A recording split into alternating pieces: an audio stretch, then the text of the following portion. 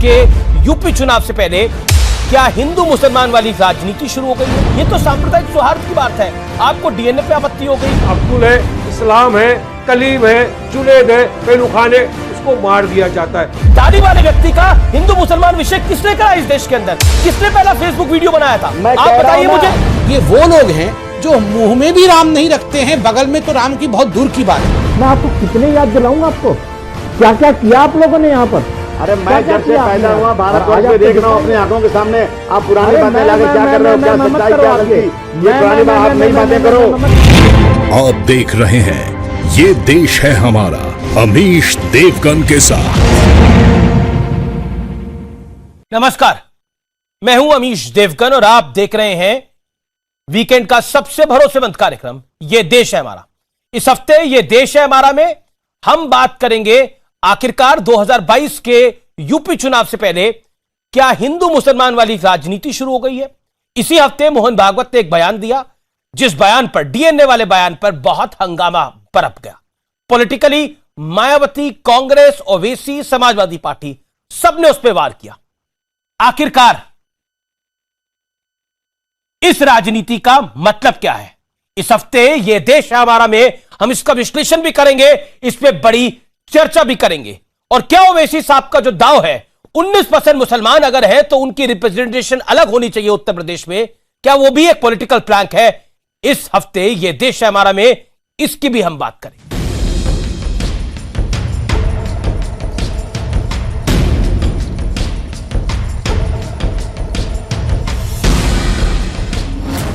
हिंदू मुस्लिम एकता का संदेश। अगर हिंदू कहते कि यहाँ एक भी मुसलमान नहीं रहना चाहिए तो हिंदू हिंदू नहीं रहेगा। धर्म अलग लेकिन डीएनए एक। 40,000 साल पूर्व से हम भारत के सब लोगों का डीएनए, सब लोगों का निरपवाह डीएनए समान है। लिंचिंग के खिलाफ भागवत संदेश। गौ माता पूज्य है, लेकिन लिंचिंग करने वाले ये हिंदुत्व के खिलाफ जा रहे हैं, वो आतताई है। सियासत से संघ को परहेज। वोट की राजनीति, पार्टी पॉलिटिक्स, इसमें हम लोग नहीं पड़ते हैं। हाँ, हमारे कुछ विचार है राष्ट्र में क्या होना चाहिए नहीं होना चाहिए उसके बारे में। हम किसी के पक्षधर है इसलिए नहीं, हम राष्ट्र हित के पक्षधर है। पूर्व प्रधानमंत्री पीवी नरसिम्हा राव के सलाहकार रहे ख्वाजा डॉक्टर इफ्तिकार हसन की किताब द मीटिंग ऑफ माइंड्स के विमोचन में आरएसएस प्रमुख मोहन भागवत ने अपने विचार रखे तो सियासी तूफान आ गया। क्या मोहन भागवत जी इस बात को मान चुके हैं कि मेजॉरिटी कम्युनिटी में आरएसएस और हिंदुत्व की आइडियोलॉजी की वजह से रेडिकलाइजेशन हो चुका है? ये सिर्फ लिप सर्विस है, देश की जनता की आंखों में धूल झोंकी जा रही है। और सबसे बड़ा काम यह कि वेस्टर्न कंट्रीज में, खास तौर से यूएसए में, वहां पर यह पैगाम दिया जा रहा है जिन्ना की मानसिकता से बाहर आए, मुसलमान को भड़काना बंद करें, नहीं तो उससे इनको बहुत दिक्कत होगी। इतने साल इनके गुरु, इनके नेता आरएसएस के कहते रहे, इतनी घटनाएं अपनी देश में मुसलमानों के खिलाफ होती रही, उस वक़्त इतनी आवाज़ नहीं उठी। इस उम्र में अच्छा है कि उन्होंने देश की एकता की बात करी है। कोई गलत नहीं कहा, उन्होंने सच कहा। वैसे जहाँ तक भारतीय जनता पार्टी का प्रश्न है, हम लोगों ने कभी जाति, पंथ अथवा मजहब के आधार पर राजनीति नहीं की है। वो तो अपना पोलराइजेशन करने वाले डर पैदा करते हो। कांग्रेस के पीएल पुनिया तो इसमें 2022 के चुनाव का एंगल भी ले आए। जो बयान दिया है मोहन भागवत जी ने, वो अपने आप में एक अजीब सा बयान है। उन्होंने किसी मौके पे उत्तर प्रदेश के चुनाव को ध्यान में रखते हुए बयान दिया गया है। भारत में सभी धर्मों के लोगों का डीएनए एक होने जो बात कही गई है, वह किसी के भी गले के नीचे से आसानी से नहीं उतरने वाली है। इनकी सरकारों की भी कथनी व करनी में अंतर सभी देख रहे हैं। आरएसएस प्रमुख का दिया गया ताजा बयान वास्तव में मुंह में राम, बगल में छुरी ही ज्यादा लगता है। दिग्विजय सिंह ने ट्वीट किया, मोहन भागवत जी, ये विचार क्या आप अपने शिष्यों, प्रचारकों, विश्व हिंदू परिषद, बजरंग दल के कार्यकर्ताओं को भी देंगे। क्या ये शिक्षा आप मोदी, शाह जी व भाजपा मुख्यमंत्री को भी देंगे? इससे पहले 2019 में नागरिकता कानून को लेकर छिड़ी जंग के बीच मोहन भागवत ने ये कहकर विवाद खड़ा कर दिया था कि भारत में पैदा हुआ हर शख्स हिंदू है। लेकिन आज बड़ा सवाल है कि आरएसएस के हर विचार पर वार करना क्या विपक्ष की आदत है? और अब वक्त है विश्लेषण का। डीएनए पर भागवत ज्ञान का विश्लेषण सुनिए। धर्म के नाम पर कट्टर सोच फैलाने वालों को यह सीधा संदेश है। लिंचिंग की घटनाओं पर कोई सहानुभूति नहीं दिखाने का भी यह बड़ा संकेत है। इसी वजह से कहा जा रहा है कि मुसलमानों के साथ पहले जब कुछ हो रहा था, जैसा कमलनाथ ने बोला, तो क्यों नहीं बोले थे बीजेपी और आरएसएस के लोग। पीएम मोदी ने भी संसद में लिंचिंग के खिलाफ दो टूक संदेश दिया था, आपको याद होगा। हिंदू मुस्लिम एकता पर कई बार बोल चुके हैं मोहन भागवत, ऐसा नहीं है वो पहली बार बोले हैं। यानी सांप्रदायिक सौहार्द का अगर कोई प्रयास कर रहा है तो उसमें भी आपको त्रुटि ढूंढनी है, झूठ ढूंढना है, द्वेष ढूंढना है, ये बात है। क्या मोहन भागवत का बयान 2022 के चुनाव से जोड़ना उचित है, जैसा कांग्रेस कर रही है, जैसा पीएल पुनिया कर रहे हैं? यह बड़ा पॉइंट है। मेरे साथ आज की इस चर्चा में 4 मेहमान होंगे जो कि अपने अपने पक्ष को रखेंगे। डॉक्टर संबित पात्रा जो कि बीजेपी की नुमाइंदगी कर रहे हैं, अवनी जेज अवस्थी राजनीतिक विश्लेषक है, संघ के बड़े जानकार हैं। मेरे साथ आज की चर्चा में अबू आसिम आजमी होंगे, वरिष्ठ नेता हैं समाजवादी पार्टी के। वारिस पठान होंगे, प्रवक्ता AIMIM के। तमाम लोगों का अभिनंदन है। संबित पात्रा, में शुरुआत आपसे करता हूं। आपके मुंह में राम है, बगल में छुरी है, ऐसा मायावती कह रही है। पीएल पुनिया कह रहे हैं कि 2022 के चुनाव के चलते यह सारा खेल बीजेपी और आरएसएस खेल रही है। कमलनाथ कह रहे हैं कि मुसलमानों के साथ इतना घोर इंसाफी हुई इस देश के अंदर, क्यों नहीं बोले तब बीजेपी और आरएसएस के वरिष्ठ नेता, क्यों नहीं बोले? आखिरकार अभी डीएनए वाले बयान का मतलब क्या है? देखिए अमीश भाई, जहां तक आदरणीय मोहन भागवत जी का विषय है, मोहन भागवत जी ने वो कहा, जैसा कि आपने भी बताया, जो वो पहले भी कहते रहे हैं, और संघ की जो आइडियोलॉजी है, और भारतीय जनता पार्टी भी इसी आइडियोलॉजी पे, सबका साथ, सबका विकास, सबका विश्वास, सभी लोग आगे बढ़े, एक साथ बढ़े। और आदरणीय मोहन भागवत जी ने स्पष्ट रूप से कहा, हम एक ही मातृभूमि में जन्मे, एक ही पूर्वज के संतान है, 40,000 वर्ष का हमारा इतिहास है, और हमारा डीएनए एक है। हिंदू मुसलमान अलग नहीं हो सकता है, क्योंकि हम एक हैं। और हमारी एकता की बात क्या करनी है, चूंकि हम एक हैं। इस पर भी कुछ लोग आपत्ति कर रहे हैं। मुझे तो आश्चर्य हो रहा है। कोई मुंह में राम, बगल में छोरी, तो दिग्विजय सिंह, जाकिर नायक के भाई दिग्विजय सिंह जी भी निकल के आ गए हैं बोलने के लिए। बताइए, मतलब इन सारे लोगों को केवल तुष्टीकरण की राजनीति करने के लिए एक मौका चाहिए था। जैसे ही हिंदू मुस्लिम शब्द होगा, तुरंत ये मैदान पे उतर पड़ेंगे और एक ही ध्येय को लेकर आगे बढ़ेंगे। किस प्रकार से चुनाव के दृष्टिकोण से खास करके उत्तर प्रदेश में मुस्लिम तुष्टीकरण आरंभ किया जा सके। असउद्दीन ओवैसी भी कूद पड़े हैं रिंग लीडर में बन करके आज मैदान में, क्योंकि उन्होंने आज ये भी ट्वीट किया है, 19% मुसलमान हैं उत्तर प्रदेश में, और हमें एक आज़ाद आवाज़ की आवश्यकता है, और जो हमारे मसाइलों को उठा सके, हमारे मतलब मुसलमानों के मसाइलों को उठा सके। तो स्वाभाविक है वो अभी हिंदू मुस्लिम डिवीजन करना चाहते हैं। कांग्रेस पार्टी तो अनादि काल से ये तुष्टीकरण की राजनीति करती है। समाजवादी पार्टी तो वह है जो कहती है कि हिंदुओं को हमने अभी 16 को मारा है, आवश्यकता पड़ती तो भगवान राम के मंदिर को नहीं बनवाने के लिए ज्यादा हिंदुओं को भी मार सकते हैं। तो स्वाभाविक है ये वो लोग हैं जो मुंह में भी राम नहीं रखते हैं, बगल में तो राम की बहुत दूर की बात है। देखिए अमीश भाई, यहां जिस प्रकार की राजनीति आज हिंदुस्तान में हो रही है, आज ये सेक्युलरिज्म के ओवरडोज के कारण हिंदुस्तान को बहुत पीड़ा 70 वर्षों तक उठाना पड़ा। मुझे 30 सेकंड में एक सवाल का जवाब दीजिएगा। क्या मोहन भागवत जी ये मान चुके हैं, जैसा ओवैसी कह रहे हैं, कि बहुसंख्यक समुदाय में आरएसएस और हिंदुत्व की विचारधारा से कट्टरता आ चुकी है? उनका कहना है कि भारत की बहुसंख्यक आबादी कट्टर हो गई है और उसमें आरएसएस और बीजेपी की विचारधारा है। क्या ये बात मोहन भागवत मान चुके हैं? 30 सेकंड संबित। देखिए ओवैसी जी के उस बयान को मैंने सुना। उन्होंने कहा कि आज जो बहुसंख्यक समाज है, अर्थात जो हिंदू है इस देश का, वो रेडिकलाइज हो गया है। अंग्रेजी में उन्होंने कहा, जिसका अर्थ है कि हम कट्टर बन गए हैं। मुझे बड़ा तकलीफ होता है कि वो कह रहे हैं जिसके अपने भाई ने कहा था कि 100 करोड़ वर्सेस 25 करोड़ और 15 मिनट के लिए पुलिस हटा दो तो देखो हम 100 करोड़ की क्या हालत करते हैं। अकबरुद्दीन ओवैसी ने कहा था। ये वो आदमी कह रहा है जिसने भगवान राम तक और भगवान राम की माताश्री तक को गाली देने से अपने आप को पीछे नहीं हटाया। मुझे आश्चर्य होता है जब आतंकवादी पकड़े जाते हैं, आतंकवादी का नाम इस्लाम या अब्दुल होता है, तो ये वही लोग हैं जो कहते हैं कि आतंकवाद का धर्म नहीं होता है। ये वही लोग हैं जो कहते हैं आतंकवाद को इस्लाम से जोड़ के मत देखिए, मगर यहां हिंदुओं को रेडिकलाइज और कट्टर बताया जा रहा है। क्यों? आपने तो एक बार भी, इन लोगों ने एक बार भी ये नहीं कहा कि इस्लाम में कट्टरता है, एक बार भी एक स्वीकार करने को तैयार नहीं है कि आतंकवाद को किस प्रकार से बढ़ावा दिया गया है, जिहाद किया है। आश्चर्य ये हिंदुओं को कट्टर कह रहे हैं। ठीक, मुझे लगता है इस प्रकार के शब्दों से बचने की आवश्यकता है। ठीक है, अबू आसिम आजमी का मैं रुख करता हूं। समाजवादी पार्टी के वरिष्ठ नेता है, विधायक भी हैं मुंबई से। आजमी साहब, मोहन भागवत साहब के बयान में उन्होंने तो सांप्रदायिक सौहार्द की बात करी, लेकिन उसके अंदर जहर क्यों घोला जा रहा है? क्या आपको लगता नहीं है जो उन्होंने बात बोली, उन्होंने कहा कि अगर यहां पर एक भी मुसलमान, अगर हिंदू कहते हैं कि यहां पर एक भी मुसलमान नहीं रहना चाहिए तो वो हिंदू नहीं रहेगा। 40,000 पूर्व भारत के सब लोगों का डीएनए समान है। उन्होंने बोला डीएनए एक है, और कोई भी हिंदू कहता है कि मुसलमान को यहां नहीं रहना चाहिए, वो हिंदू ही नहीं है। यह तो सांप्रदायिक सौहार्द की बात है। आपको डीएनए पे आपत्ति हो गई कि डीएनए एक कैसे हो सकता है?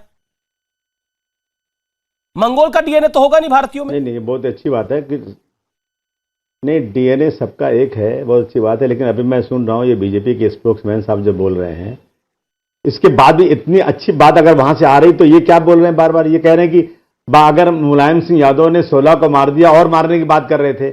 मैं इनसे पूछूं कि एक मस्जिद खड़ी है और उसको तोड़ने कुछ लोग गए हैं, कोर्ट से कोई ऑर्डर नहीं हुआ है, अभी तक कोर्ट का कोई परमिशन नहीं तोड़ने का है, और आप जा रहे हैं उसको तोड़ने के लिए, तो सरकार की जिम्मेदारी क्या होती है कि हाँ उसको तोड़ दो? जबकि सुप्रीम कोर्ट ने कहा कि बाबरी मस्जिद को 6 दिसंबर को इस तरह से डिमोलिश करना एक क्रिमिनल एक्टिविटी थी। ये कह रहे हैं इसका मतलब मुलायम सिंह जी मुख्यमंत्री बने रहे और कोई आके मस्जिद को डिमोलिश करता रहे और वो तालियां बजाएं तो ये खुश हो जाएंगे? ये कोई मतलब है क्या? मेरा ये कहना है कि अगर इस देश में एक भी मुसलमान को कोई कहता है कि इस देश में नहीं रह सकते हैं तो वो हिंदू नहीं है। मैं इस बात को मानता हूं। अगर ऐसा है तो बहुत अच्छी बात है। तो अब जो एनआरसी सीएए के ऊपर जो दिल्ली में हो रहा था, वहां चल रहा था आंदोलन, इन सब चीजों के लिए जिन लोगों ने वहां झगड़े कराए, लड़ाई कराए, उसके किए, तो मोहन भागवत साहब कोई मामूली आदमी नहीं है। मोहन भागवत साहब की ही मेहरबानी से, इन्हीं की वजह से बीजेपी की सरकार बनी है। अब ये कानून ला दें कि सीए एनआरसी का मुद्दा बिल्कुल उठेगा नहीं, और अगर किसी ने इस मुल्क में आपस में हिंदू मुसलमान को लड़ाने की कोशिश किया तो उसे सजा मिलेगी। और ये भी कह दें ये भी कह दें अब कि अब अगर मॉब लिंचिंग कहीं होगी और जितनी पुरानी हुई है, उन मॉब लिंचिंग पे जो लोग मारे गए हैं उनको कंपनसेशन दिला दिया जाए। और वाकई अगर कोई आदमी गाय का स्लॉटरिंग करता है और ऐसा काम करता है तो कानून के मुताबिक जो भी है सख्त से सख्त सजा दी जाए, इसमें कोई रोकेगा नहीं, बिल्कुल नहीं। लेकिन जो लोग आज तक मारे गए हैं उनके साथ में आपको डीएनए पर कोई आपत्ति नहीं है? आप मानते हैं कि आप मान रहे हैं कि डीएनए एक है हम सब हिंदुस्तानियों का? अरे हम इस मुल्क में रहने वाले, हम हिंदू मुसलमान सब, देखिए ये कह रहे हैं कि कट्टरपंथी हो गए, मैं इस बात को बिल्कुल नहीं मानता। मैं तो रोज सुबह से शाम सड़क पर रहता हूं। इस मुल्क का हिंदू और मुसलमान सब भाई भाई की तरह से है। सड़क पे कोई लड़ाई ही नहीं है। लेकिन कुछ परसेंटेज लोग हैं जो ये आरएसएस के विचारों वाले हैं, जो कट्टरपंथी लोग हैं, ये चाहते हैं कि हिंदू और मुसलमान अलग हो जाएं और इनकी राजनीति चलती रहे। और इस पर अगर कोई कानून लाते हैं भागवत साहब, तो मैं समझूंगा जो उन्होंने कहा वो करके दिखाया। ठीक है, संबित पात्रा, जवाब आप दीजिए इनकी बात का। चलिए, देखिए, पहला प्रश्न इनका सीएए को लेकर था। अमीश भाई, आप बताइए, ये सीएए किसी मुस्लिम का नागरिकता छीनता है क्या? किसी भी हिंदुस्तानी का नागरिकता छीनता है क्या? अगर नहीं छीनता है तो इनको सीएए से क्या आपत्ति है? यहां किस हिंदू ने कहा कि आपकी जो नागरिकता है वो छीन ली जाएगी और आपको देश से बाहर कर दिया जाएगा? देश के बाहर जो हिंदू, जो सिख, जो बौद्ध, जो ईसाई हैं, जिनके जो पारसी हैं, जिनके साथ अत्याचार पाकिस्तान में हो रहा है, बांग्लादेश में हो रहा है, वो कानूनन हमारे देश में आ सकेंगे। इसमें आपको क्या आपत्ति है? तो सीएए से आपको क्या आपत्ति? दूसरा, आपने कहा मॉब लिंचिंग के सभी लोगों को जो है वो जो पीड़ित हैं उनको कॉम्पेंसेशन मिलना चाहिए। बिल्कुल मिलना चाहिए, अच्छी बात है। उनके लिए जो भी करना चाहिए बिल्कुल करना चाहिए। देखिए अमीश भाई, ऑन अ सीरियस नोट, अखलाक और पहलू खान के साथ जो हुआ वो अच्छा तो नहीं हुआ। हम सब उसके खिलाफ हैं, उस पर चर्चाएं भी हुई। मगर देश को केवल 2 ही नाम याद है, अखलाक और पहलू खान। मेरे सामने यहां 100 नाम रखे हुए हैं। क्या आप अश्विन कुमार को जानते हैं? 3 अप्रैल 2021, आज से कुछ 2 महीने 3 महीने पहले अश्विन कुमार एक थानेदार था बंगाल के अंदर और उसको मार दिया गया। बिहार का थानेदार था। क्यों? क्योंकि ममता बनर्जी ने ऐलान किया कि देखो ये पुलिस वाले बदमाशी करते। मुस्लिम गांव में उन्हें मार दिया गया, चर्चा भी नहीं हुई। आपको रिंकू शर्मा याद है ना, वह लड़का दिल्ली के अंदर जो अयोध्या में भगवान श्री राम के मंदिर के लिए चंदा इकट्ठा करने गया था, दानिश ने, इस्लाम ने उसे किस प्रकार से जान से मार दिया। आपको भारत यादव याद है, वो लस्सी का दुकान चलाता था मथुरा में, और जब 15 लोग वहां उसके दुकान पे लस्सी पीने गए, हमारे मुसलमान बंधु थे, उन्होंने किस प्रकार भारत यादव को मार दिया, एक भी चर्चा उस पे होती है। आपको रतन लाल याद है, हेड कांस्टेबल रतन लाल, किस प्रकार से बीच सड़क पे हेड कांस्टेबल रतन लाल को दिल्ली पुलिस का जो हेड कांस्टेबल था उसे मार दिया गया। अंकित शर्मा याद है आपको पालघर के वो साधु याद है? आप तो मुंबई के विधायक हैं, आप बताइए आपको पालघर के साधुओं को मुसलमानों ने मार दिया क्या? नहीं, ये वन वे ट्रैफिक नहीं है, ये वन वे ट्रैफिक नहीं है। 3000 से अधिक सिखों का लिंचिंग किया गया, टायर डाल के उनके गर्दन पे उन्हें जलाया गया। एक बार भी उनको कंपेंसेशन देने की बात आप लोगों में से किसी ने किया? नहीं, किसी ने किया। 3000 से अधिक सिखों के गले में टायर डाल के बीच सड़क पे उनको जला दिया गया, जिनमें से प्रेग्नेंट महिलाएं भी थी, गर्भवती महिलाएं भी थी। उनमें से किसी एक को कंपेंसेशन देने की बात आपने कही, और आप कह रहे हैं कि राम मंदिर नहीं बनना चाहिए, मस्जिद बनना चाहिए। अबू आज़मी को भी सुन लीजिए, 40 पार्टी का स्टैंड है। मैं नहीं कह रहा हूं, बिल्कुल नहीं कह रहा हूं। मेरा सवाल का जवाब अबू आज़मी जी ने जो कहा, मेरा निवेदन स्वीकार करिए। आपने अपनी बात को रखा। मेरे साथ 2 मेहमान और है, जो कि वारिस पठान साहब भी है और अभिनीत अवस्थी है, दोनों नहीं बोले। संबित आपने अपनी बात को रखा। आज़मी साहब को सुनिए, अबू आज़मी को सुनिए, 50 सेकंड सुनिए, फिर अभिनीत अवस्थी और वारिस मैंने मेरा ये सवाल नहीं है कि मंदिर नहीं बनना चाहिए। आप ये सब घुमा करके जनता के अंदर नफरत पैदाना बंद कीजिए। मैं ये कह रहा हूं कि एक मस्जिद खड़ी है, कोर्ट से कोई ऑर्डर नहीं हुआ है, सरकार कोई उसको तोड़ने जा रहा है, उस पर चढ़ चुका है, उस पर बेलचे लग रहे हैं, मस्जिद टूटने जा रही है, तो सरकार की जिम्मेदारी क्या होती है? उसको टूटने दे क्या? अगर कोई मुसलमान किसी मंदिर पर चढ़ के मंदिर को तोड़े तो श्री मुलायम सिंह यादव जी खड़े तमाशा देखेंगे क्या? मतलब आप जस्टिफाई कर रहे हैं गोली में आप ये कह रहे हैं कि इन मुसलमानों, सुनिए जस्टिफाई कर रहे हैं। उनको 40 सेकंड सुन लीजिए इत्मीनान से। अभी सुन लीजिए ना, अभी बाराबंकी में मस्जिद तोड़ दी गई, क्या हुआ? और आप बताइए मुझे कि आप जो इतना नाम ले रहे हो, आप लाइए ना, आप तो सरकार में है ना, आपकी यूपी में सरकार है, पूरे देश में आप लोग जो है पूरी ताकत के साथ बैठे हुए हैं। आप मॉब लिंचिंग पे एक कानून लाइए, आतंकवाद जैसा कानून, कि जो लोग भी देखिए, लाइए ना कानून, मुसलमान हो हिंदू हो सबको जेल में डालिए। क्यों नहीं करते अबू आज़मी साहब? आप बड़े वरिष्ठ नेता है, मैं आपसे एक सवाल पूछता हूं, उसका 40 सेकंड में जवाब दीजिएगा। गाजियाबाद में जो ये घटनाक्रम हुआ, गाजियाबाद में एक दाढ़ी वाले मौलाना साहब की, जो कि कुछ ताबीज वगैरह बेचते थे और लकड़ी का काम भी करते थे, उनको लॉ एंड ऑर्डर की सिचुएशन को उमेद पहलवान नाम के आदमी ने, जो कि समाजवादी पार्टी का नेता था, उसने उसको हिंदू मुसलमान विषय बनाने की कोशिश करी। क्या आपको लगता नहीं वो गलत था? उसके बाद धर्मांतरण के मुद्दे के अंदर भी जब कार्रवाई होती है तो हर चीज को 2022 के चुनाव से जोड़ दिया जाता है। अब आप मुझे बताइए, मैं चिल्ला कर बोल रहा हूं गलत था। मैं चिल्लाकर कह रहा हूं गलत था। और सुन लीजिए, मैं जो बोल रहा हूं ना, कि पत्थर की लकीर की तरह लिख लीजिए। आपने जो 2 मौलानों को पकड़ा है ना कि ये जबरदस्ती धर्मांतर करते थे ना, ये बिल्कुल गलत बात है। ये इस्लाम में किसी को जबरदस्ती अगर आपने धर्मांतर किया ना, तो वो पापी होगा, पापी गुनहगार होगा। और इन्होंने अगर किसी हिंदू को मुसलमान बनाया था, और आप कह रहे पुराने हजारों को बनाया, कितनी शिकायतें आई पुलिस स्टेशन में? तो अब आ रही है ना शिकायतें में आई, क्यों नहीं? अब आ रही है ना शिकायतें, अब हो रही है कार्रवाई। एटीएस ने जांच पड़ताल भी करी है दवा सेंटर से। जानबूझकर इनका तो पोलैंड में भी रैकेट निकला है। आप क्यों बीजेपी की जबान बोलते हो? मैं बीजेपी की जबान नहीं बोल रहा, मैं तो इन्वेस्टिगेटिव एजेंसी की जबान बोल रहा हूं। जो इन्वेस्टिगेटिव एजेंसी ने बोला, जो एटीएस ने खुलासा करा है। आप संबित पत्रा दोनों मिलकर के एक ही जबान बोलते हो। सर, मैं तो एटीएस ने खुलासा करा, उसकी जानकारी आपको दे रहा हूं। का धर्मांतर हुआ था तो कितनी शिकायत आई आज तक?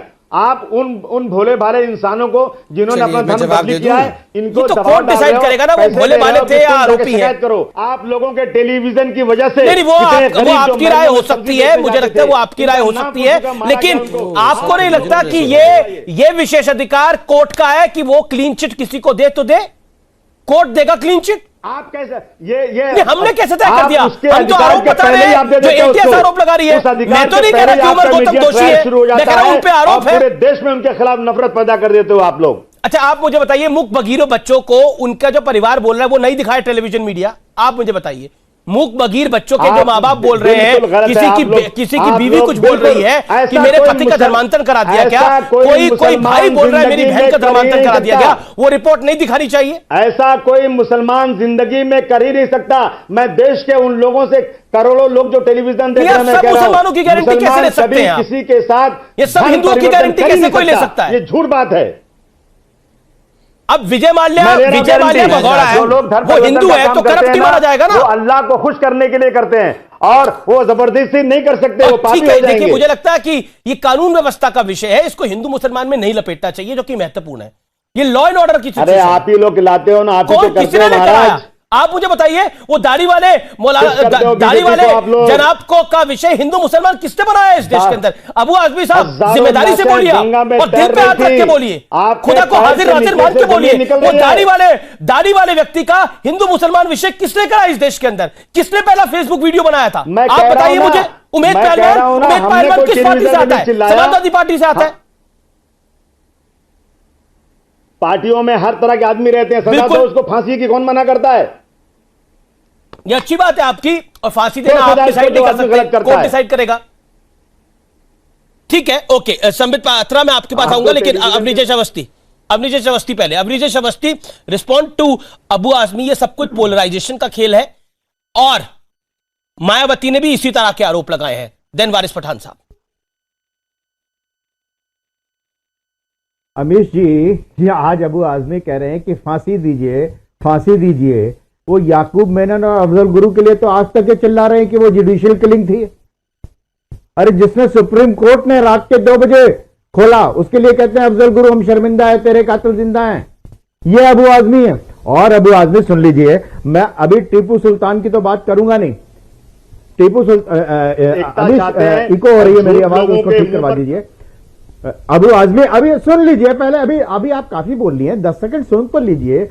टीपू सुल्तान के हाथ का लिखा हुआ लेटर है कि मैंने इतने लाख लोगों का धर्मांतरण कर दिया, उसकी तो आप जयंती मनाते हैं, कहते हैं वो सत्य है, इसका मतलब मुसलमान तो नहीं हुआ वो। एक बात। दूसरी बात, मैं अभी इतिहास की बात तो करने वाला नहीं हूं, लेकिन अभी इसी समय आजादी के बाद कश्मीर में कितने हिंदू मंदिर तोड़े गए? आपको एक बाबरी मस्जिद जिसमें नमाज नहीं अदा की जाती थी, जिसमें आर्कियोलॉजिकल सर्वे ऑफ इंडिया की खुदाई में, जिसमें बाकायदा सभी धर्म और संप्रदाय के लोग धार की भोजशाला में, अरे सुनिए ना बात, धार की भोजशाला में आज भी जहां आप ईद वाले दिन वहां पर नमाज पढ़ते हैं, वहां पर चारों तरफ दीवारों में लक्ष्मी, विष्णु, गणेश जी, राम सीता की मूर्तियां अंकित हैं, बार बार मशीन से घिसने के बावजूद। मैं आपको कितने याद दिलाऊंगा, आपको क्या क्या किया आप लोगों ने यहां पर। अरे मैं जब से पैदा हुआ भारतवर्ष में देख रहा हूं अपनी आंखों के सामने, आप पुरानी बातें लाके क्या कर रहे हो? क्या सच्चाई, क्या गलती? ये पुरानी बात, आप नई बातें करो मेरे सामने, मैं देख रहा हूं। अमीर जी, मैं आपको एक, अमीर जी आज क्या बात करते हैं, जहां जहां फसाद होता है वहां कुरान शरीफ जला देते हैं, मस्जिद तोड़ देते हैं। लेकिन मैं देख रहा हूं कि कोई भी मुसलमान कभी भी कोई मंदिर नहीं तोड़ता भारतवर्ष के अंदर। सुनाता हूं 10 सेकंड में, आप बताइएगा ये किसका है। हमें ईश्वर को किसी भी नाम से पुकारने में आपत्ति नहीं है।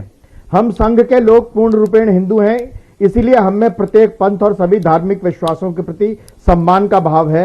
जो अन्य पंथों के प्रति असहिष्णु है वह कभी भी हिंदू नहीं हो सकता। यह किसका बयान है बताऊं आपको? यह द्वितीय सरसंचालक परम पूजनीय गुरु जी का बयान है।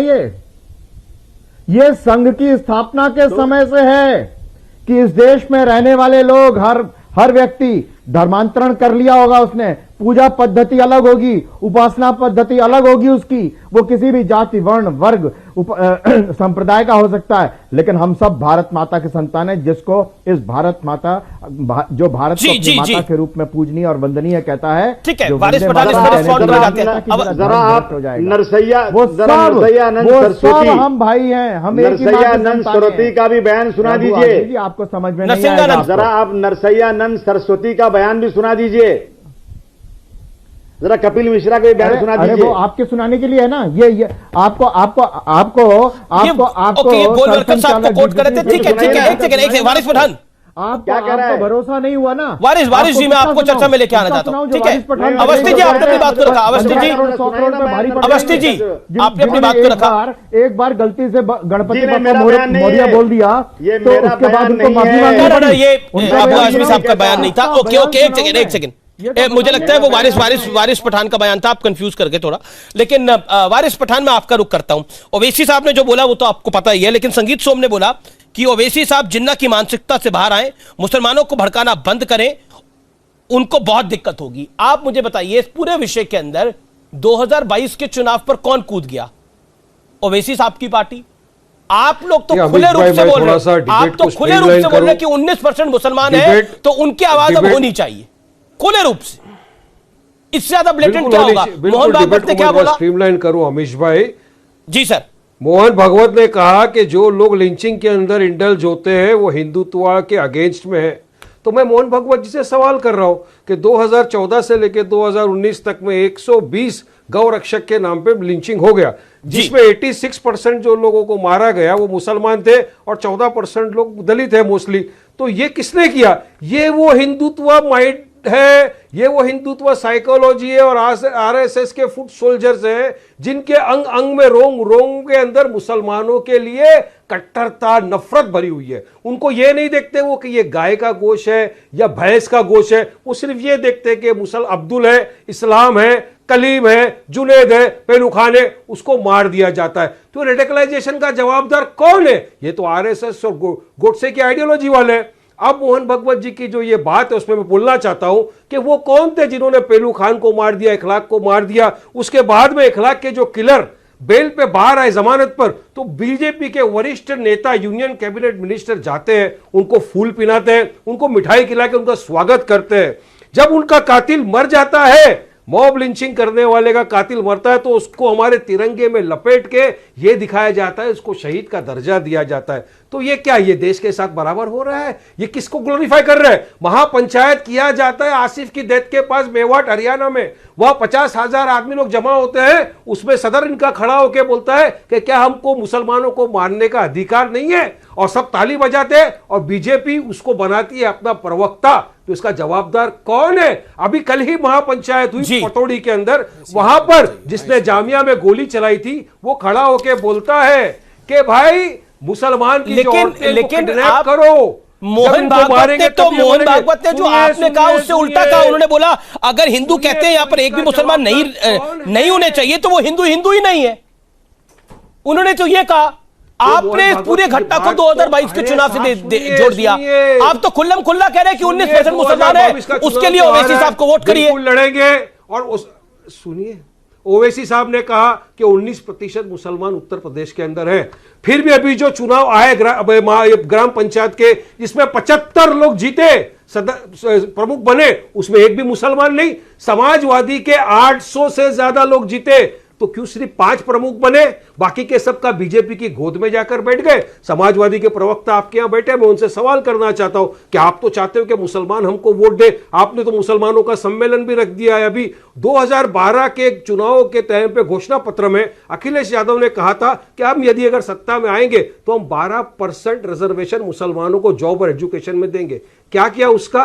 सिर्फ जुमलाबाजी चल रहा है। ठीक है, अबू आजमी जवाब देंगे इस बात को। दूसरा आंकड़ा मैं आपको दिखा दूं।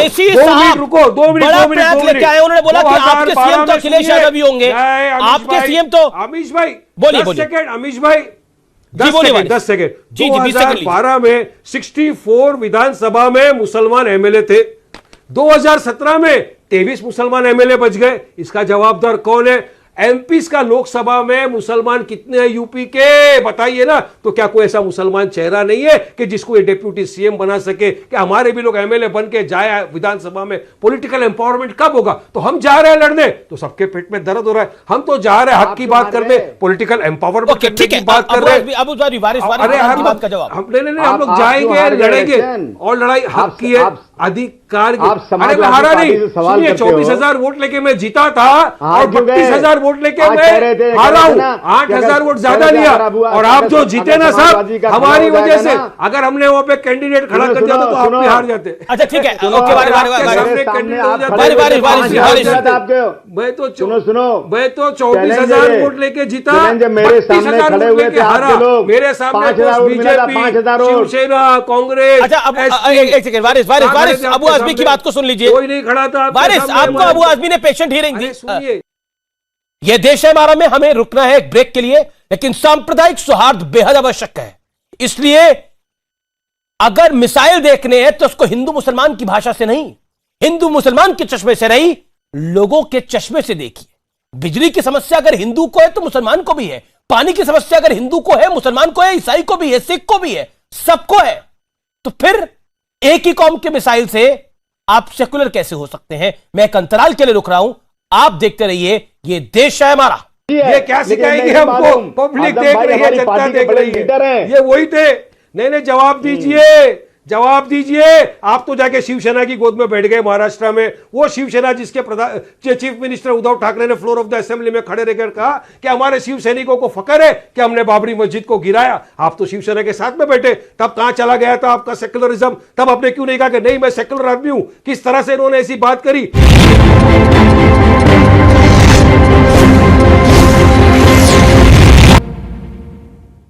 अबू आजमी अब ये मुसलमानों के बड़े पैरोकार बन के आ गए। ये कह रहे हैं कि हम तो सीएम चाहिए, हमें डिप्टी सीएम चाहिए, जो समाजवादी पार्टी नहीं दे सकती, और अगर हम खड़े होंगे तो समाजवादी पार्टी की हैसियत खत्म हो जाएगी हर जगह पे। जवाब एक है, कहां राजा भोज कहां गंगू तेली। समाजवादी पार्टी एक बड़ी पार्टी है। ये जुमा 8 दिन की पार्टी आज आए हैं 2014 के बाद पूरे देश में। इनसे पूछिए, 5 आए आपके। इनकी पार्टी 100 साल की पार्टी है। सुनिए, पार्टी इनकी 100 साल की है, लेकिन इन लोगों ने हमेशा 8 सीट लड़ा और आगे कहीं निकले नहीं। लेकिन जब हमने देखा कि जब सुब्रमण्यम स्वामी जी ने 2014 के पहले कहा, हमारा एक एमपी है, आपका है 85% हिंदुओं को इकट्ठा करो, हमारे महाराष्ट्र में एक एमपी और 2 एमएलए आपकी पार्टी के है, क्या बताइए? 15% मुसलमानों के वोट को बांट दो। 15% मुसलमानों को वोट को बांटने निकले।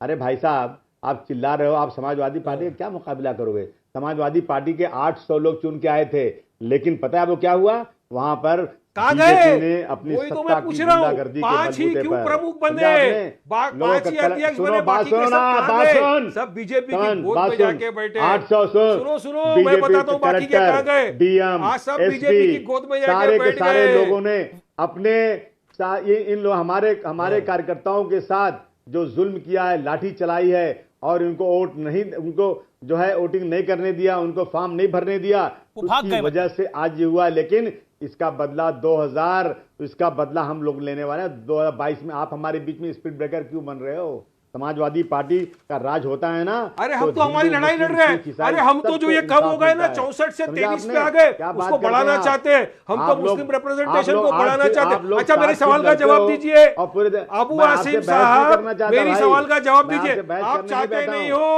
आप चाहते नहीं हो कि कोई डिप्टी सीएम बने या मुसलमान सीएम बने? मुझे एक बात का सवाल का जवाब दीजिए। आप चाहते नहीं हो कि डिप्टी सीएम बने या नहीं बने मुसलमान? मेरा, अरे वो आपको छोड़ो, आपका इंसल्ट दुनिया देख रही है क्या हो रहा है। आप बताइए, मुसलमान का डिप्टी सीएम होना चाहिए नहीं होना चाहिए? सवाल का जवाब दो। 2012 में आपने जो घोषणा पत्र में लिखा था, अच्छा मुझे क्या है 2012 में घोषणा पत्र में जो था, मुझे लगता है कि सम्मानपूर्वक दोनों तरफ से बात होनी चाहिए। 12% क्यों नहीं दिया? अच्छा सर, क्यों नहीं दिया बताइए मेरे को, सवाल का जवाब दीजिए ना। ओके ठीक है, आपको क्या, आइए मैं आपको दिखाता हूँ। ठीक है, हमको वोट घाटते आ रहे, आइए दिखाता हूँ क्या बात करते हो। ओके, ये तो पूछ रहा हूँ, मेरे सवाल का जवाब दो। मेरे पास तो डेटा है, मैं तो डेटा लेके बैठा हूँ। तुम मेरी होटल की कंप्लेन लाते हो पैसे लेने के लिए। तो मेरे पार्टनर की दुकान की कंप्लेन डाल दो पैसे लेने के लिए। कौन डालता है? ये बेबुनियाद इल्जाम मत करिए, इल्जाम बताइए। आपके खिलाफ डेफामेशन केस करूंगा, आपके खिलाफ डेफामेशन केस करूंगा। आप मुझे बताइए लेटर, आप मुझे प्रूफ दीजिए, वरना आपके खिलाफ कल मेरा वकील डेफामेशन। मुझे लगता है ये पर्सनल बातें नहीं, मुझे लगता है कि पर्सनल आरोप प्रत्यारोप नहीं, कौन पैसे ले रहा है कौन पैसे नहीं ले रहा, मुझे लगता है वो विषय नहीं है हमारा। मैं एक सेकंड में अबू आसिम साहब एक सेकंड में, बड़ा टॉपिक है, मुझे लगता है कि बॉर्डर निकलना चाहिए। ये बड़ा मोहन भागवत का विषय है। वारिस जी मेरा निवेदन स्वीकार करें, मैं आपसे निवेदन कर रहा हूं प्लीज। इनके जो अंडरवर्ल्ड के ताल्लुकात है मालूम पड़ेगा तो तकलीफ में आ देखिए, जाएंगे। मुझे नहीं पता कौन पैसे ले रहा है, किसके अंडरवर्ल्ड से ताल्लुकात है, मैं उस विषय पे, वो बहस का विषय नहीं है। सीबीआई ने इंक्वायरी कर लिया, हाई कोर्ट ने इंक्वायरी कर लिया, आज तक कोई बाकी है। तुम कौन सी खेत की मूली हो? चलिए, मुझे लगता है कि डर क्यों है आपको? डर किस बात का? यूपी में चुनाव लड़ रहे तो डर किस बात का? यूपी में चुनाव लड़ रहे तो अरे लड़ेंगे, जीतेंगे और हराएंगे। तो गोद में हाथ कुछ नहीं, लड्डू मिलेगा, लड्डू बेनकाब करेंगे। बंगाल के जैसा, बंगाल में जैसा लोगों ने क्या हलवा हम खाएंगे, तुमको रास्ता दिखाएंगे, साइकिल को पंक्चर करेंगे, यूपी में पतंग उड़ाएंगे। याद रखना ये बात को। ओके, चलिए अबू आसिम साहब, क्योंकि विषय बड़ा महत्वपूर्ण है। विषय ये है कि मोहन भागवत का विषय है, अब ये विषय भटक गया, पर्सनल बातें होने लगी, मुझे लगता है वो महत्वपूर्ण नहीं है। संबित पात्रा, क्या आपको लगता है ये सब कुछ, क्योंकि आरोप पीएल पुनिया कांग्रेस के जो वरिष्ठ नेता है उन्होंने लगाया कि मोहन भागवत का बयान बड़ा अजीब मुझे दिख रहा है, वो किसी मौके का इंतजार में थे, उत्तर प्रदेश में चुनाव होने वाले हैं, इस वजह से 2022 के लिए ये पूरा खेल रचा जा रहा है। देखिए अमीश भाई, अभी आपके सामने प्रत्यक्ष प्रमाण रखा गया। अभी आपने देखा कि अबू आजमी जी ने कहा कि देखिए जो प्रतिशत वोट है मुसलमानों के 19% वोट, उसमें सेंध लगाने तुम आ रहे हो, हम सरकार बना लेते, तुम आके कहां हमारे सरकार बनाने से हमें रोक रहे हो। देखिए मैं बिल्कुल स्पष्ट रूप से कहता हूं, ये सारी लड़ाई मुसलमान तुष्टीकरण और मुस्लिम वोट के लिए हो रहा है, और ये कोई छिपी हुई बात नहीं है।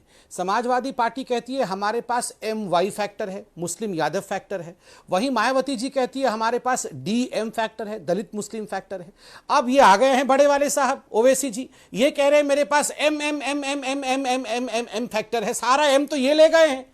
अब ये केवल कैसे करेंगे? इनके MY में से M चला गया, इनके DM में से M चला गया। से लेकर पॉइंट वाइज आंसर करिए। आप धर्मांतरण से लेकर, धर्मांतरण वाले मुद्दे से लेकर, उमर गौतम वाले मुद्दे से लेकर, गाजियाबाद वाले विषय पर, गाजियाबाद वाले विषय से लेकर मोहन भागवत साहब के बयान तक, सब चीजों में आप 2022 के चुनावी बेला देख रहे हैं, इसका जवाब दीजिए संबित।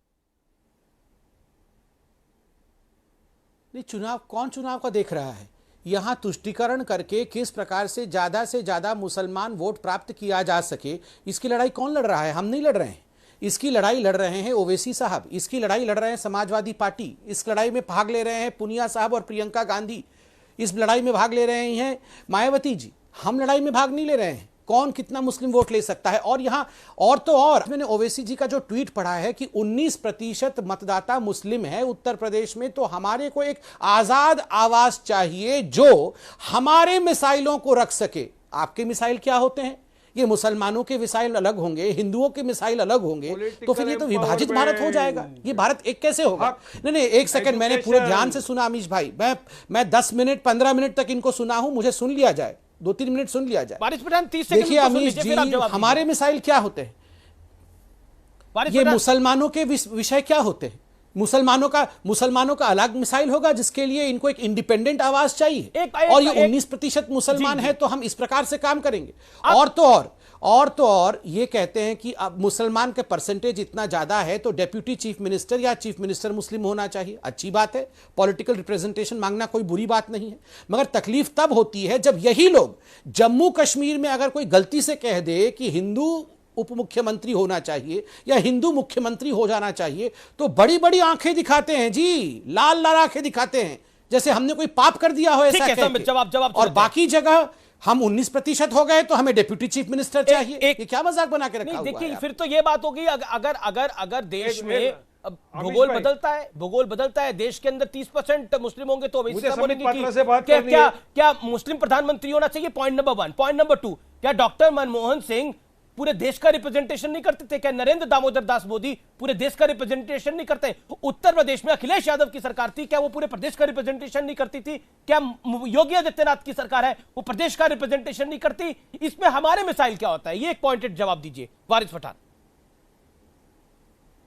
देखिए, संबित पात्रा ने सब बात बता दी। उन्होंने ये बताया नहीं कि योगी जी 4.5 में टोटल फेल हो चुके हैं।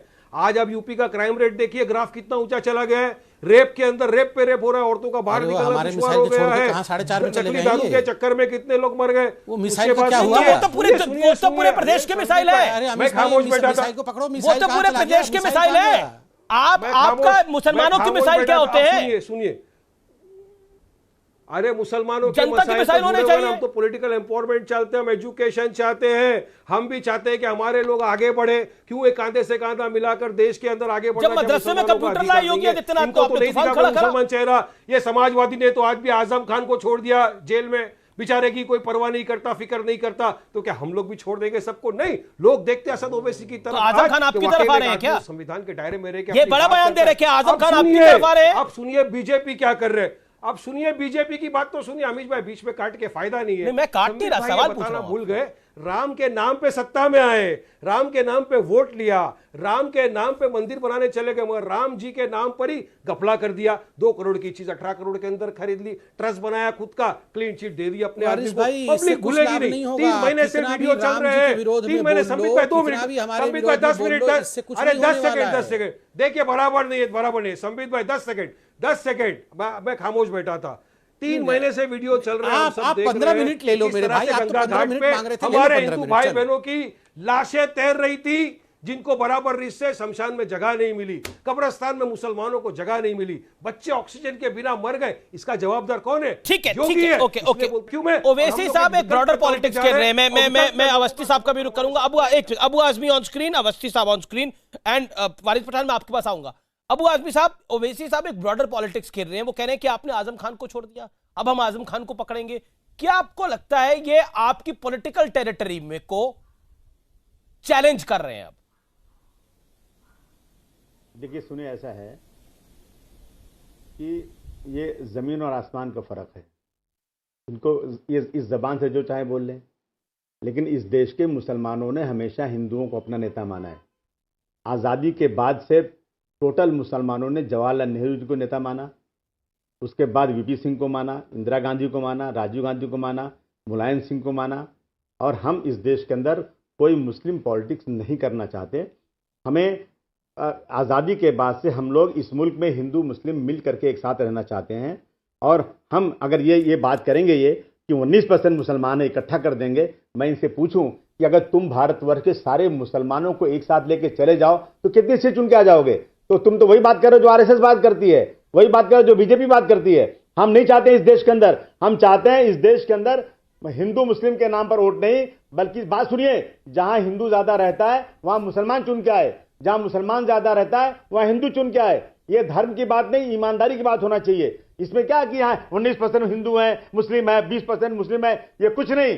100% आदमी पे मेहनत करना है। और ये जो है ना, इनकी मजबूरी है, पर आप देखिए, बीजेपी की मजबूरी है कि कुछ 100 सीटों पर जाओ, क्योंकि ये बीजेपी से सवाल पूछा जाता है। अबू आजमी साहब, ये तो मायावती कहती है कि हमने 199 मुसलमानों को टिकट दी है। मायावती कहती है, समाजवादी पार्टी दावा करती है हमने इतने मुसलमानों को टिकट दी। महाराष्ट्र निकल गए हाथ से। बीजेपी कह रहे हैं, सुनिए, जाट समाज के लोग कह रहे हैं बीजेपी का हुक्का पानी बंद करो। वहां पर मुस्लिम समाज, जाट समाज, सब समाज के लोग, किसान सब एक साथ हैं। बीजेपी की वहां खड़िया खड़ी हो गई है। ठीक है, अब आइए, अब ईस्टर्न यूपी में लाशें तैर रही हैं, दवाएं नहीं है। वारिस पठान कुछ ऐड कर जा रहे हैं, संबित पात्रा और अवनीश अवस्थी। वारिस पठान के पास कोई रास्ता नहीं है। समाजवादी पार्टी के प्रवक्ता से मैं कहना चाहता हूं, आप तो इतने बेशरम थे कि जाके शिवसेना की गोद में बैठ गए। वो शिवसेना का चीफ मिनिस्टर जिन्होंने फ्लोर ऑफ द असेंबली में खड़े रह के कहा था कि शिव सैनिक को फख्र है कि हमने बाबरी मस्जिद को शहीद किया। ये आदमी लोग जाके उसमें बैठ गए। ये क्या हमको सिखाएंगे? ये क्या सिखाएंगे हमको? पब्लिक देख रही है, जनता देख रही है। ये वही थे। नहीं, जवाब दीजिए, जवाब दीजिए। आप तो जाके शिवसेना की गोद में बैठ गए महाराष्ट्र में। वो शिवसेना जिसके चीफ मिनिस्टर उद्धव ठाकरे ने फ्लोर ऑफ द असेंबली में खड़े रहकर कहा कि हमारे शिव सैनिकों को फकर है कि हमने बाबरी मस्जिद को गिराया। आप तो शिवसेना के साथ में बैठे, तब कहां चला गया था आपका सेक्युलरिज्म? तब आपने क्यों नहीं कहा कि नहीं मैं सेक्युलर आदमी हूं? किस तरह से इन्होंने ऐसी बात करी? तब तो आपने देश के सामने कोई बात नहीं रखी। आज आप यहाँ पे बात, अरे आप लोग को डर गए हो, आप लोग को एमआईएम की एंट्री से डर गए हो। आपको आप पॉलिटिक्स में कोई डरता नहीं है वारिस लड़ेगी और इंशाअल्लाह हम जीतेंगे। हमने गुजरात में लड़े, हम तो गुजरात में लड़े 23 जीते और उसमें हमारे 7 हिंदू भाई बहन भी जीते। सुनिए, 23 कॉर्पोरेटर हमारे पहली मर्तबा लड़े, हमारे 7 हिंदू भाई बहन भी जीते। बिहार में 19 जगह लड़े, 5 जगह जीते। आप जाएंगे यूपी में लड़ेंगे और इंशाअल्लाह जीत हमारी होगी। 100 साल में आज तक डिप्टी चीफ मिनिस्टर हम बनेंगे। हमने ये तो नहीं कहा ना, घोषणा पत्र की बात से मुकर तो नहीं गए हमने तो आजम खान को जेल में सड़ने के लिए नहीं छोड़ दिया ना। हम तो मुसलमानों का वोट को अपना, मुसलमानों को गुलामी तो नहीं बना दिया ना हमने। हम तो गुलामी की जंजीर तोड़ने आ रहे हैं। हम तो बोल रहे आइए हमारे साथ पॉलिटिकल एम्पावरमेंट होइए, एजुकेशन में आगे बढ़िए, पढ़ाई बड़ा अच्छा लिखाई पॉइंट बोल रहे हैं, में। बड़ा अच्छा पॉइंट बोल रहे हैं अबू आसिम साहब। आपकी हिंदू मुसलमान सब भाई भाई है, लेकिन वोट के लिए सब लोग अलग अलग कर देते हैं। ओके आप देखिए 2009 से 2013 तक दोनों पार्टी यूपीए की हिस्सेदार थी, दोनों अलायंस पार्टनर थे, दोनों एक साथ एक ही साइकिल पे चलने वाले लोग थे। 2013 में असउद्दीन ओवैसी ने यूपीए से अपने आप को अलग किया था, दोनों एक साथ चल रहे थे। आज केवल और केवल मुस्लिम वोट्स की राजनीति के कारण इस प्रकार का सुरफुटवल हो रहा है और कोई कारण नहीं। जब तक आप इनके वोट में सेंध ना डालो तब तक आप बिल्कुल बढ़िया हो, आप सेक्युलर हो, आपके साथ एकदम चलना चाहिए। जैसे ही आप इनके पिच पे आकर खेलना शुरू कर दो तो लड़ाई शुरू। अबू आज़मी जवाब नंबर 2, हुक्का पानी बंद हो गया, बीजेपी का हुक्का पानी बंद हो गया। 75 में से 66 सीट तो पंचायत में हमें मिली है, 75 में से 67 सीटें बीजेपी के पास मिली है। टोटी बंद हुआ है तो समाजवादी पार्टी का टोटी बंद हुआ है, हमारा कोई हुक्का पानी बंद नहीं हुआ है, हमारा हुक्का भी चल रहा है, पानी भी चल रहा है। फिलहाल ये देश है हमारा में इतना ही। आप देखते रहिए न्यूज़ 18। लेकिन आज लात तक की बात यह है, जैसा मैंने पहले बोला, विषय समस्याएं हिंदू मुसलमान सिख ईसाई देख कर नहीं आती। समस्याएं होती हैं, वो हिंदू के लिए भी उतनी बड़ी हैं जितनी सिख के लिए बड़ी है, जितनी मुसलमान के लिए बड़ी है, जितनी ईसाई के लिए बड़ी है। इसलिए अगर हम एक समुदाय की बात करते हैं कि हम उनके मिसाइल को उठाएंगे, तो फिर आप सेकुलर राजनीति नहीं करते, वो धार्मिक राजनीति। फिलहाल इतना ही ये देश है हमारा में। अब अपना और अपने परिवार का ख्याल रखिए, मास्क जरूर डालिए, तीसरी वेव खतरनाक हो सकती है। मैं हाथ जोड़ के निवेदन करता हूं। गुड नाइट, नमस्कार और जय हिंद।